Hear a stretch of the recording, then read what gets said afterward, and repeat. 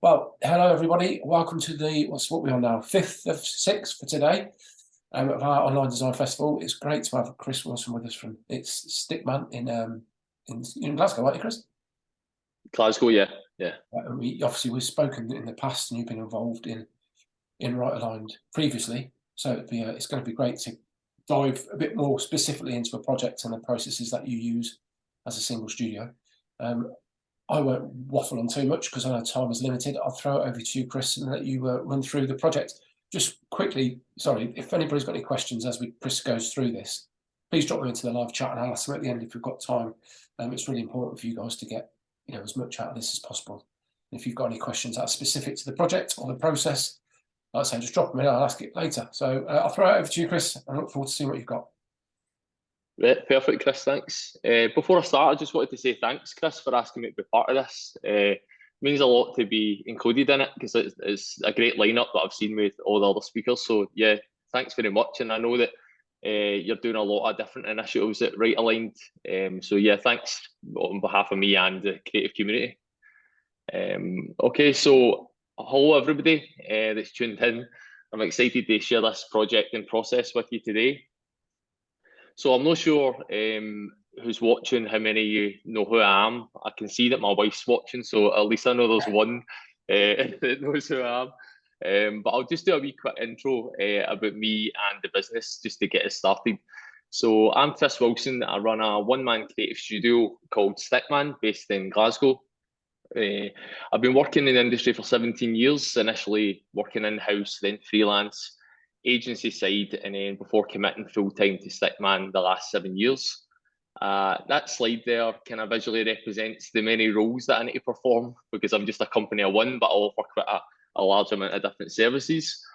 You've probably heard it described as a generalist or a jack of all trades, but I like to call myself a polyamorous designer because I'm passionate about all things creative.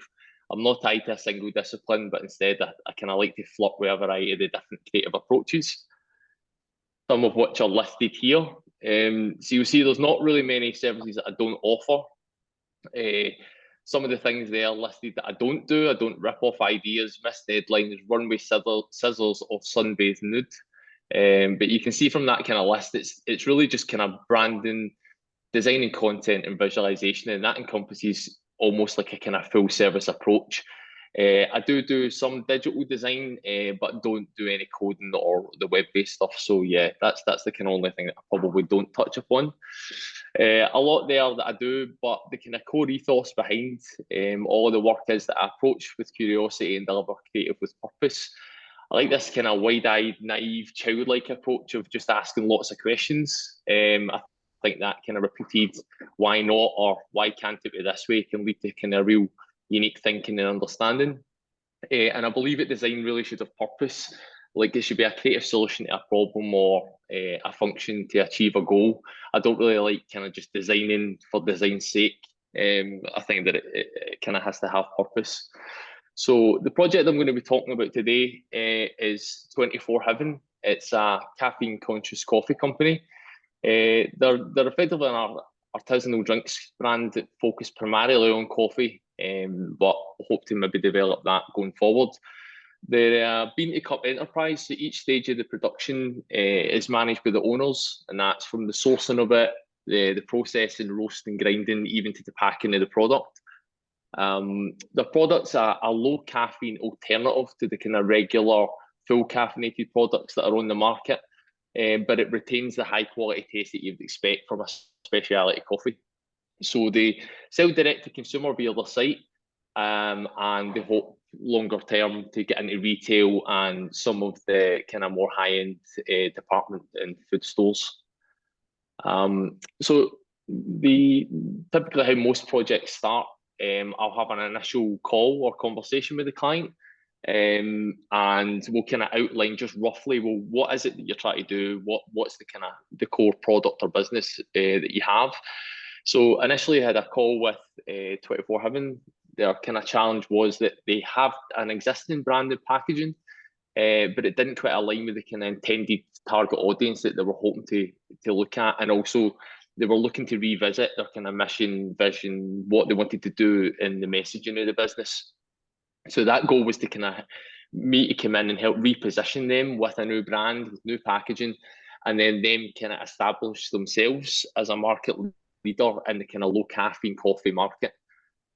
So after we did initial chats, I said, well, look, this is where I think you are, where you need to be, and this is how I can potentially be involved. So from a branding perspective, it was looking to help them with the research aspect and build a kind of mini strategy. So I think I touched upon it there about their brand purpose, their vision, their mission, looking at some of their audience, create a logo and some brand assets for them in terms of the identity. We would then take that and apply that to packaging. And then I would help them with their social media, like a small bit of a kind of launch, like in terms of the content, like what they might need. As part of that, we had to look at what if they were selling through their website. I could potentially do the visualization of the products for that, but also some lifestyle and marketing photography as well. So with a kind of mini brief in hand, and like most projects that I take on, they're kind of roughly follow the same kind of 4 stages. You've got your discovery, research, design and development, and then your delivery. So what I'm going to do is basically just talk you through each of these stages and show you how this project relates to each of them.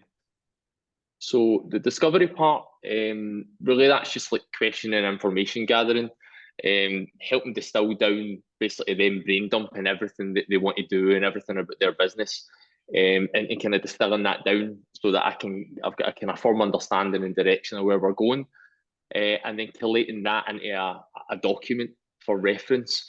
And what tends to happen is once I've pulled all those findings, that kind of gives us a strong foundation, that then kind of helps the creative stage. So that there's always a document there we can refer back to make sure that we're still on track with things. I found that it's always a great way of working as well when you might get the client has an idea or wants to take it in a certain direction. We can kind of anchor it back to that document to say, well, look, this is the goals and does it meet that? And if it doesn't, then we know that that's not the direction to take it in. So for the guys at 24 Heaven, we're going to look at kind of 4 key areas. So you've got your business, the brand, design, and the audience. So for them, the business part was defining what their kind of product offering was and trying to look at the benefits and the things that they were saying their product could do and how do we message that. Looking at their competitor landscape, like just the direct and indirect, the short-term and long-term goals for the business. And then from a brand perspective, we're looking at the purpose, vision, mission. From a discovery point of view, obviously the other visual parts come further down the line. Design, so doing an audit on what they currently had. So they had a logo, some packaging already, and it was looking at what were the pain points with that, what was working for them, what wasn't, and what did they kind of already maybe have in their head about their vision for what that new design might need to do or look like. And then finally the audience. So who is it we're actually designing it for? I was going to help them with the creation of some customer personas based on some of the exercises that we would go through in the discovery session. So I would be able to pinpoint, well, who is it you're trying to attract as a customer? Where do they lie? Are they across a different spectrum? And then how do we visually create something that's going to be attractive to them? So the discovery session start is basically with a half-day workshop here at the studio, where I run through kind of small exercises to draw information out from the client, to then give us a kind of strong basis. That half day, a lot of kind of backing and forth, and like I say, them brain dumping. They take notes, I take notes. We collate all that at the end. You see that's just some sort of pictures that are taken there from the actual workshop. Again, everything gets photographed so that we've got reference for me to then take back for the next stage, which is effectively to take all of that information and then distill it down into a kind of report, if you like, that can then be the kind of foundation to look back on. So you can see here from just a few of the pages from the document there that we were looking at purpose, their vision, mission, personality of the brand, some of the messaging, their direct competitor landscape, and then looking at personas, so building up like who are these people that are going to be buying it, who are they typically, so that when we're going through the actual process, we can refer back. So like, for example, here you've got Benji, who's one of the customer personas. We could say, well, would Benji, would he like that? Or is that somewhere, how would Benji come about that? Is he on social media? Is he frequenting coffee shops? So like, do we need to look at poster designs? Like using these personas as a basis to what collateral and assets do we need further down the line? So once that's all collated in there, that again is kind of like a building block. That's the initial foundation. The second stage was carrying out some research, and this is from like a kind of visual perspective. So it's more to do with the design. So looking at what competitors are doing, looking what exists within the industry, indirect in terms of like coffee, brewing, that type of thing, but also looking a bit further afield. So it could be taking inspiration from other premium food packagings like chocolate, oils, things like that. And that initial part starts basically just as desk-based research. So looking on sites like Pinterest, Behance, other industry-related brand sites, really just collating all of these. So whether they're into collections or downloading these into folders, so that I've got a kind of reference point for creating almost these kind of small styles. So like when you've got them all in folders, I tend to go back through and look where I can start to see, well, look, I'm using a certain color palette here. Let's put them into a group. I'm using a lot of typography here. Maybe that's a route. This is a lot of kind of geometric and shape-based stuff. Maybe that's a route. And I start to kind of collate them all together. Some other parts of the research is because I know that the packaging has to be set up to be retail ready, because that's the kind of future proof it for them. It was going to stores like Waitrose, Sainsbury's, some of these places that they intend to actually approach once they look to get into retail. So going there and seeing, well, what does that brand landscape look like? What do those packagings look like? Taking them off the shelves, checking all aspects. What's the kind of communication information that they have on it? You can start to see a pattern forming where you can tell that there's certain brands all look a certain way. The essentials ranges look quite different from the premium, and there's nothing better than kind of being there at that level, seeing it on the shelf, because potentially that's where the customer's going to see the product. Again, so you collate all of that, and then it's about approaching the client and saying, right, okay, based on what we've talked about within that discovery phase, and looking at the visual inspiration that I found online, you basically take those found inspirations and start to build what I like to call a stylescape. So it's like taking the customer persona and building a visual landscape around that. So like, what would that look like? So for this one, for example, we've got kind of natural colours, quite a warm feel to it with the hits of the kind of copper, serif typefaces, and a much more traditional feel. And what I use these stylescapes for is to give them almost quite varying degrees of kind of design approach, and it's to gauge like what parts do they like, where are they sitting comfortable with, what do they definitely not want, and it's a great way of kind of filtering out and getting a bit closer to a kind of visual direction without it just being a stab in the dark. Like it'd be quite easy for me to go away and not see them for 6 weeks and come up with all these designs and go back and say, right, here's what I think it is. And it's almost like you've got a greater chance of not hitting the mark. So the reason I do these stylescapes is to again get a kind of loose feel of, right, is it geometric, is it more traditional? And it gets me closer before I start to even look at designing the logo and starting the visual design part of it.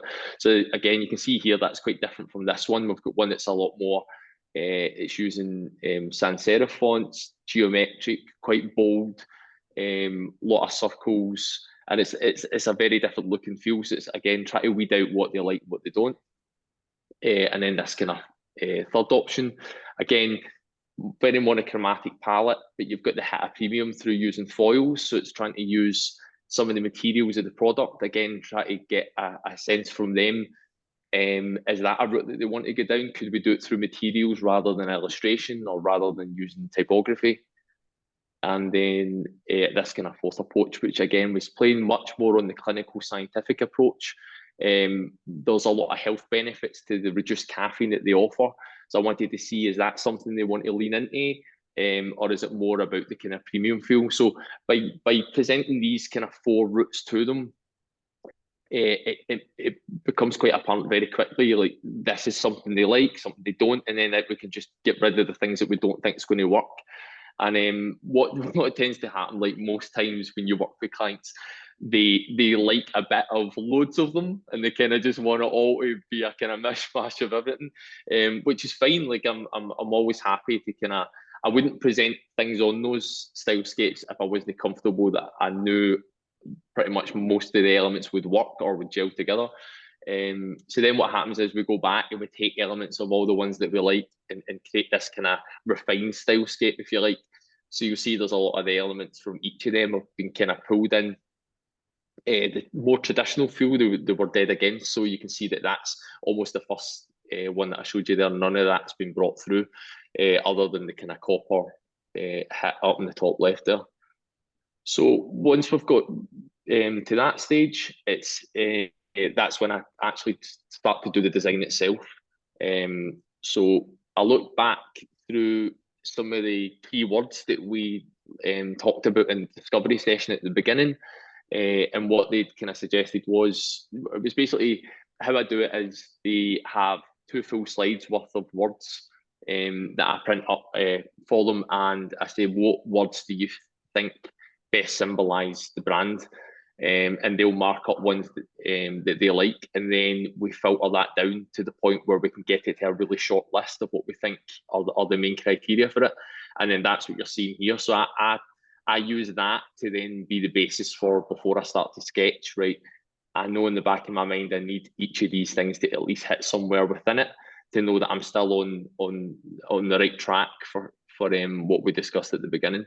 So you see there, we've got geometric, minimalist. They like the idea of there being a meaning behind the symbol. It might have negative space or something hidden in it.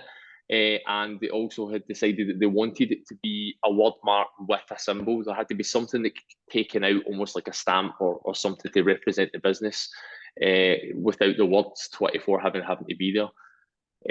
Visual association is something what I tend to do is I'll give myself some keywords that I know I need to symbolise or visualise when I'm sketching.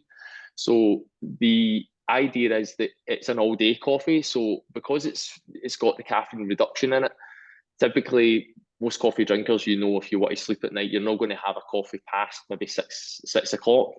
And also, if you like your coffee and you maybe like a wee coffee after dinner, sometimes you might be put off having it because you think, no, I don't want to have it because I'll be up all night.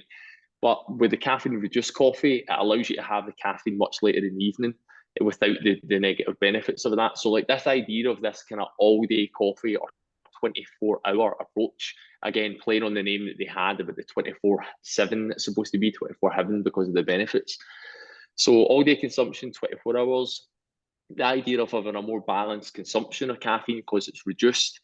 And then again, another way of saying this all day would be kind of sunrise to sunset. So these are the kind of things I always have, I'm having in the back of my mind before I start to do the actual sketching, because I know that it has to represent it. Some of the other visual associations, obviously with coffee, you think a brew, a cup, that's some sort of vessel to hold it. You've got the liquid, and then you've got the added benefits of it. So the fact that it is reduced caffeine, the consumer's actually getting an end product that's not giving them headaches, it's not giving you anxiety, all of these things associated with high caffeine intake. Again, just keeping them in the back of my mind whilst I'm going on to this next stage, which is the sketching stage. So this is just some of the pages that I've scanned out the sketchbook to show you kind of part of the process. So it's really kind of quite kind of rough and ready, quite dirty concepts, just in there, sketching fast, try to lay out, try to capture, is it going to be typographic, is it symbols, what am I kind of trying to say, how does the balance work, and really just try to get a sense of what that icon or symbol might look like. Once I've done that, I'll kind of pinpoint a few that I think might have a route or approach, and then I'll take that in and start to digitally refine and work off a grid or start to scale things so that I can see that what's kind of feeling right, what doesn't. And a lot of the other designers are probably looking at it and thinking that they can relate to the messy artboards with stuff just plastered kind of everywhere. So then what I do once I've got a kind of quite a broad landscape of different ones, I'll take a few and kind of refine down to what I think could be kind of key ones to take forward. So you see here, I've got a kind of bank of them there, and the ones with the green dot next to them are the ones that I decided I would take forward to show the client. I tend to show clients between 1 and 3, sometimes 1 and 2, if I think the options are kind of strong enough. But what I tend to do is have them linked in some way. I think in the past, I've went in with a lot more options, thinking obviously the client will want more, but it's sometimes worse because it's like option paralysis. The more you give them, the harder it is for them to determine a kind of route or an idea behind it. And I'm a firm believer that the designs that I'll be giving them as well will have a kind of they'll have a link back to what we're trying to do in terms of the foundation. So I know that when I present maybe 2 or those 3, that it could be any of them. I know that the 3 of them will work, because there's nothing worse than if you present 5 and you've thrown an extra one in just so that you can fill it. That's definitely the one that they're going to choose. So it's always best to kind of be confident with the ones you're getting. So like I say, I'd refined it down to 3. And then this is what I've done is I've put the pages in here from the presentation document that I actually done with the client, so you can kind of get an idea of what that looks like. So concept 1, and I always tend to give them a name or an explanation. So this one's finding balance in the consumption of caffeine. So this wee part just explains kind of the idea of where the kind of inspiration came from. So an hourglass, they represent the 24 hours in each day, a sunrise to sunset, because it's a kind of all-day coffee consumption, and then just a simple cup to represent the beverage. And when you combine them, you get the concept symbol and the word mark that I'd created for them. So I would present this and show them just the word mark itself, just in context on white or in black, and then maybe as an image overlay, just to give them an idea of kind of it out there in the wild, how it might look or how it might live. Also, I would show them potential lockups, like what it might look like if we have it in a roundel, if we have it with the word mark, with it on the left, with and without, or stacked. And again, these are just at this point, it's just concept to show them, look, this is what it kind of looks like if we were to roll it out potentially. I also suggest to them typography, like a headline font and possibly a description font. And again, it's so they can relate to how that might actually relate back to what the logo font typeface might look like and how it looks as a visual family. And depending on the project, but for this one, because I knew that there would be variants between bean, pod, and the grounds, and there might be, because of the clinical and benefits of the product, some infographics, and also an icon might have to represent each of the benefits. So again, I explored that. Like if you were to imagine breaking apart some of the symbols to then create that, you can see how there's a kind of consistent visual language across them. So I tend to kind of show them that as well, again, so that they can see the bigger picture of how it might live together. And at the point, we knew we were going to obviously be doing the packaging in the next stage, and we didn't know what that packaging would be in terms of the structural aspects. So I kind of mocked up what it might look like as a tin or a potential card tube, or if it was a bag with a kind of card sleeve. And again, it's just, these aren't obviously the actual concepts themselves, but it's a way of taking it from just the small mark on the page to show, well, this is potentially how it could look. And I do that for all 3 of the concepts that I produce, all in the same format. So you can see here, it's just going through the other concepts that I had proposed, and they all follow the same thing. Again, you don't want one thing to feel too different from the other in terms of pushing it more towards one. So that's why I tend to have them all following that same suit to give them equal, almost equal weighting, to let the client make a decision on which one it is that they felt was strongest. So out of the 3 that they opted to choose the hourglass option, which is the one that I'm showing you there. So once they had came to that point, they basically chose that concept.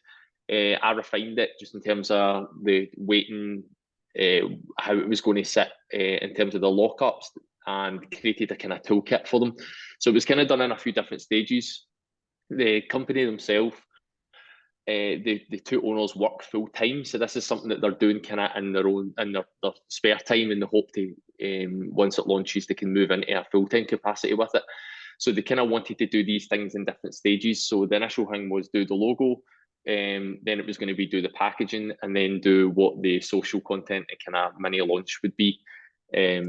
So this project tended to last a bit longer than it normally would, just because of access to having meeting times. It was like out with hours sometimes.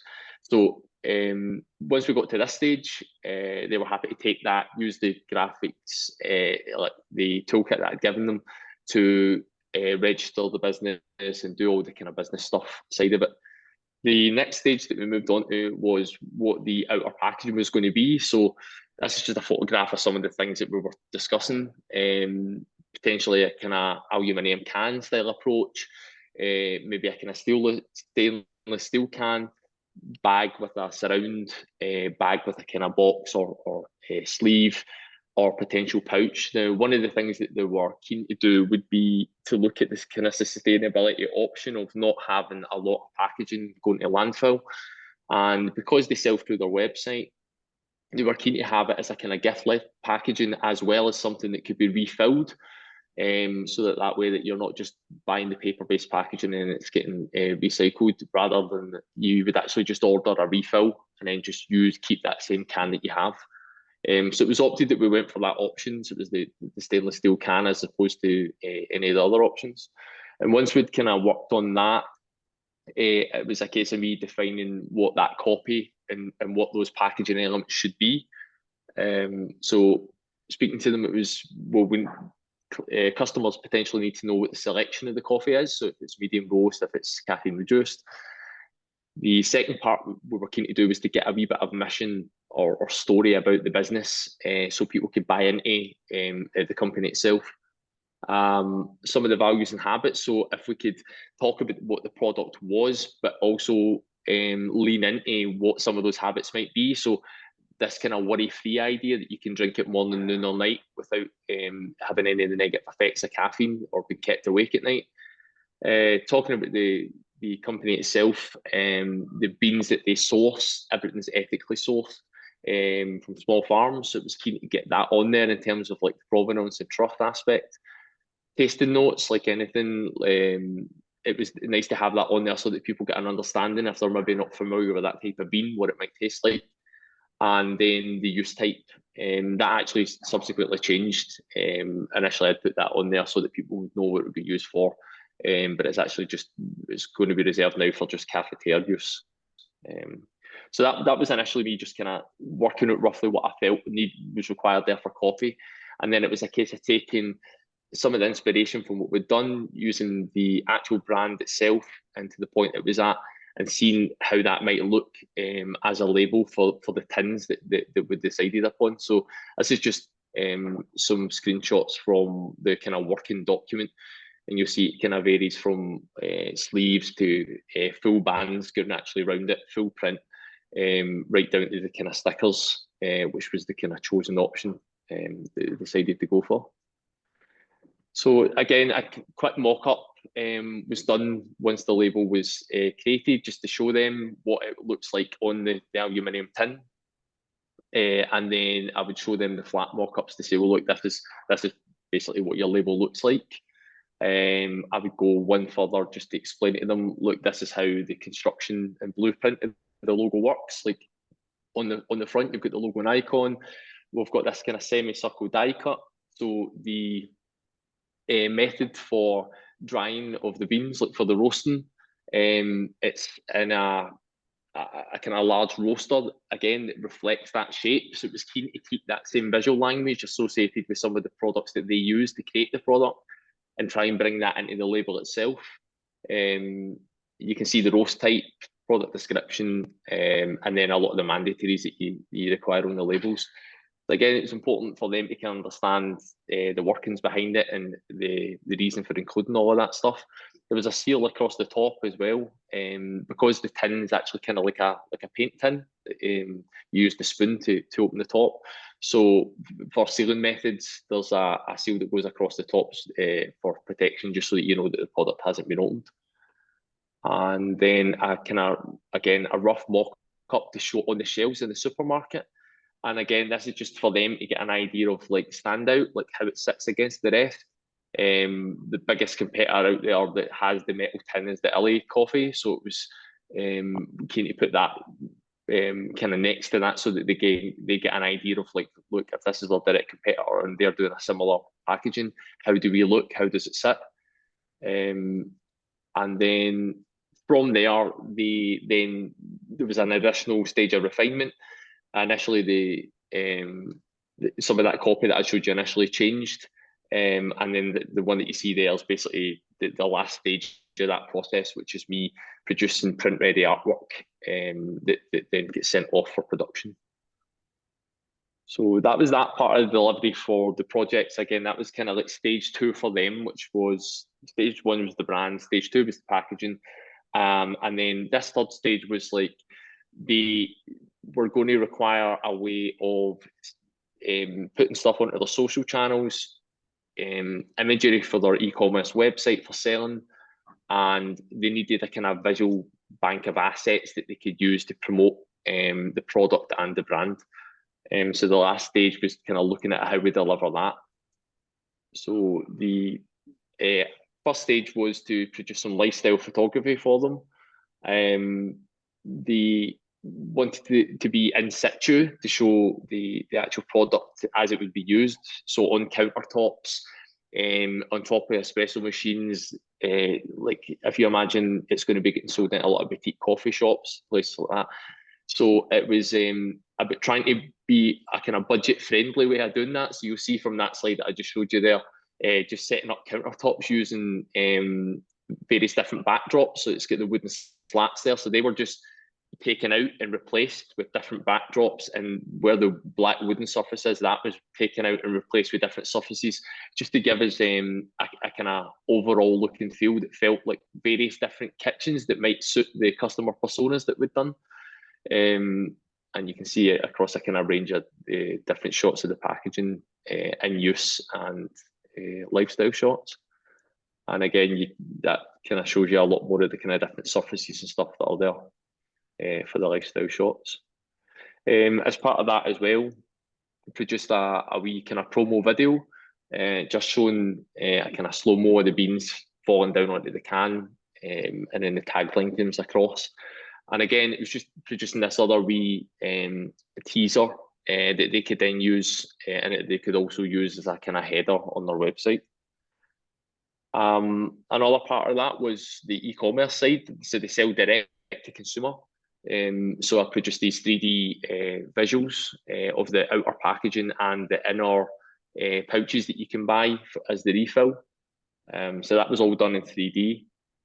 And to kind of bridge that gap between the lifestyle imagery and the kind of cut out e-com shots that I showed you, we had spoken about producing this kind of set built type approach, and which lends itself really well to the kind of 3D. And because we'd already done the 3D modeling and renders, it was just about taking some of the aspects of the visual language from the brand, so the arches. So I produced this board of found imagery just to say to them, look, this is the type of look and feel I think that we should go for. And then from that, produce these kind of hero visuals that could be used across social channels, on posters, and as headers on the site. So one of the things I'm always keen to do with clients is it's all fine and well to produce a lot of this stuff as a designer because we've got the software and we know how to do it. But there's always that handover period where you kind of want them to take the brand from you and then begin to execute a lot of these assets and stuff themselves. So as part of the project, I kind of set up this grid system for the social media posts that then actually are hoping to get worked into like Canva templates for them to then be able to use and do themselves. So you see, using a system based on these kind of half circles and moons based on the visual language, you can kind of take these out and cut them up and use them as scaled devices within the one-to-one posts. And how that works is it lets them have almost like this system that they can apply their post to. So you'll see here, if it's image led, it's kind of full size. There's a small headline title description part. If they want to put an image in the back with something in front, you can use the roundels to put information in. You can, the half moon shapes, you can put imagery in. So this is just a kind of almost like a kind of style guide to say, look, this is what you could use going forward for your social media. On top of that, there's a digital color palette, again, inspired by the kind of different roasting degrees that you can do through the beans. So from the kind of green unroasted right through to a kind of dark roast, using that as inspiration for the color palette. And then these are examples of the posts. So I created a number of posts for their initial launch. So using the imagery that we got as the bank of assets, and also had written up a number of posts for them based on how they could release them as part of the launch. So you can see these are image-led ones. So you can see when some have got the small roundel cutouts, the windows looking through imagery, and then just full-size imagery, through to just graphic-led brand posts. So this would be if they're talking about promoting some of the benefits, if they're talking about targeting certain customers, they can use these as the kind of devices to do that, but it's all graphic and brand-led. As part of the brand assets, I've created a kind of bank of different icons. Again, all using this kind of half circle, semicircle approach, so that you get this consistent visual language across them all. So things like your sustainability, the caffeine conscious aspect and benefits to the consumer, right down to the caffeine reduction. And again, these are all post icon-led posts using just a plain background based off the palette, and then using these bank of assets that I'd created from them. Examples again of what a kind of carousel post might look like. So if you wanted to swipe right on Instagram, we can take you through a process of if they've got a lot of information they want to convey. That's a nice way of doing it. Quotes or educational posts. So testimonials from customers, how does that look? If they wanted to give you information about caffeine, if they want to give you information about benefits, how does that look? And you can almost start to create a wee mini series.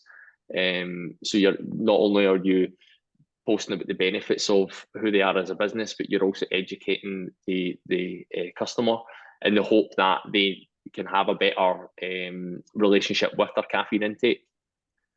And then the brand foundation posts, again, quite text heavy, but again, it relates to the actual brand itself, talking about the story, the beans, the mission and vision. And that's the kind of overview there, or summary of the posts. So that's us, Chris. Hopefully that was.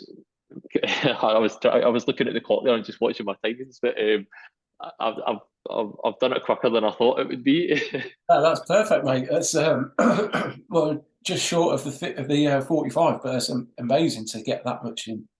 You've squeezed that into very concise, very concise description of the project, and this is the reason why this series exists, is to take people behind, the final product or the case study, to sort of see how it's built. And I think it's so beneficial. If nobody else finds it beneficial, I do, because it's just incredible to see. Out of interest, how long would that take if that was just you? Were you collaborating with anybody on that? Was that No, just me. Yeah.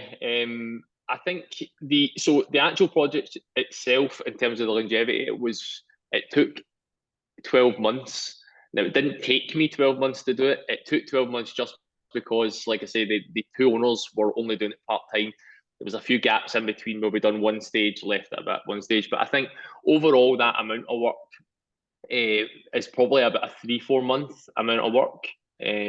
Just in terms of from the very beginning, from nothing right through to all the assets and everything that they've got. And a project like that, which is so retail driven, are there a lot of boundaries that you have to deal with? Obviously, packaging is a big thing, but from a thinking about like when you did the research going into the store, are there other things like size of can, weight, all these sort of things that add? So obviously even doing die cuts must add quite a lot of extra cost, don't they, to the process? Yeah. I mean, that I think this is always one of the things that, as a designer, you need to be wary of when it comes to packaging. I've certainly done it in the past, and even on projects now where you want it to be the best it can be. So you want to have all these lovely finishes, and you want to have die cuts and foils and things like that. But I think each client will potentially tell you at the beginning what they're hoping to kind of spend per unit, and you kind of have to almost work it to that to an extent.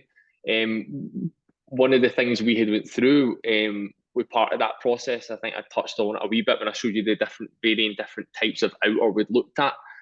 The looking for, say, an inner pouch and then going for a wrap, and then if that's foiled as well, obviously it adds another dimension to the actual packing of it as well, which is a time constraint, which is a cost. So like the more you can minimize the amount that's involved in it, even to the point where we were actually hoping to not even have the seal on the top and use just clear seals to avoid another process and another cost. But the guys were kind of willing to put in that additional money because once they'd seen the visuals and seen the mock-ups, it made sense from a premium point of view to do it. But yeah, so to answer your question, the retail thing from a pack size and stuff like that was determined by almost the market. So they all tend to sell certain sizes of pack for premium lead coffees. Subsequent, their actual grammage of this is 247 grams, so that it would match kind of like the 24/7 idea. So rather than do like 250, we reduced it to 247. Again, just like this wee small detail just to keep it kind of on brand. But yeah, so when they know that they're getting a 250 grams of coffee for a certain cost, they're going to be competing within that same market. So they have to set the size within that kind of realms of who they're competing with. So it was set to kind of 250 gram size of packaging. In terms of the retail for like, because I know that it's a 250 gram, we just looked at those varying size tins to see, right, what of what's available from the supplier, what would best suit that size to be able to fit it, but you don't want it kind of banging about inside it. But also from a shelf presence point of view, you don't want it to be too big that it looks cumbersome and low budget. Whereas you're playing with that balance of it wanting to feel quite premium and gift led. So that's why we kind of went for the size that we did. You've probably seen it next to the Illy one, which is quite a bit larger in terms of the kind of scale.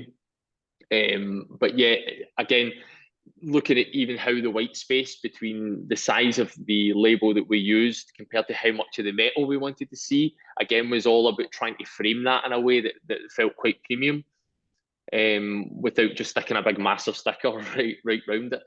In terms of mandatories and stuff like that for retail, there's obviously certain things to do with food safety, and you have to have certain like mandatories and stuff on it. Not so much for the kind of dry goods, which this obviously is in comparison to, say, a whiskey bottle, which has got like it's got alcohol content, so that's quite different. So I don't know. I don't know if that answers your question, Chris. Yeah, Like no, it's such a packaging, such a wide like thing, yeah. like because you can go from like food to like beverage packaging to product packaging. It's all quite different. Yeah, and I suppose also that market is just so busy. I mean, all markets are, aren't they? But coffee, when they go to a supermarket, it just seems to get longer, that aisle, every time you go. Yeah. I suppose you've got to sort of find your own space, be comfortable with what you're coming up with, but also you've got to be mindful of what else is there, haven't you, naturally, to compete. Yeah. Nick has, I'm just conscious of the time, Chris, but Nick has just asked the question here about, in your experience, do clients like this come to you with a realistic expectation of time and money and what's involved, or is there a period of convincing them about the value of the process? I'd say I think it's always an ongoing thing. Like money is always the hardest thing to talk about with clients, because they'll either come and say they've got a budget and this is what we want for it, and it's always more than they want more for what they've got, or they don't tell you what the budget is. you go back with a scope or a certain amount, and then they say it's too much, and you don't hear from them again. So I think it's always, it's like this particular client, they had like quite a reasonable budget. They also, one of the nice things about these guys is they, like, so Kev, the owner, he's been 20 years in the industry as a kind of master roaster doing coffee, and he takes his product really seriously, as in like he's finessed this thing to like within a micro of his life. Like he's trialed so many different beans, so he's really enthusiastic about the craft behind it. So I think one of the nice things about that is he understands that the design is very similar. Like it's a craft that you have to learn over time, and there's a real value to it, and there's a real perceived value to the end user as well. So they were really quite good. But I think the monetary aspect with clients is always a difficult one, in terms of like them seeing a value in and what that cost is. But I think it's really just about them looking at what budget they've got and saying, well, look, what the expectation is, this is what's achievable within that. And you're either the guy that they stay working with because they can afford it, or they don't, unfortunately. Yeah, I think if people have by the sounds of it, if they had, well, he had a a respect for it because of it's a similar sort of mentality as what they're into, that helps a lot, doesn't it? When there's somebody that they genuinely appreciate it and respect what you're trying to do. Yeah. There's always going to be people who take, aren't they? You always do a bit more than maybe what you charge for. But if it's done for somebody that genuinely cares about it and appreciates what you're trying to do, then sometimes it's not too bad, is it? Yeah, it definitely helps. Happy days. Well, I mean, I can ask you a million and one more questions, but the time's flying by again, and we've got another one coming up, another sort very shortly. So I really appreciate the time, Chris. It's been great to catch up on it. It's brilliant to see the work you're doing and continue to do. The depth. No, magic. Thanks very much. Thanks again, Chris. Really appreciate you having me involved, and I best of luck with the rest of the roster, because I know you've got a lot more to get through. Yeah, the throat's starting to go already, which is a bit weird. But hey ho, we'll get there in the end. Right, brilliant, mate. I appreciate that. I hope everyone else has enjoyed it, and we'll catch up again very soon. Take care. Perfect. Thanks a lot. Take care, guys. Cheers.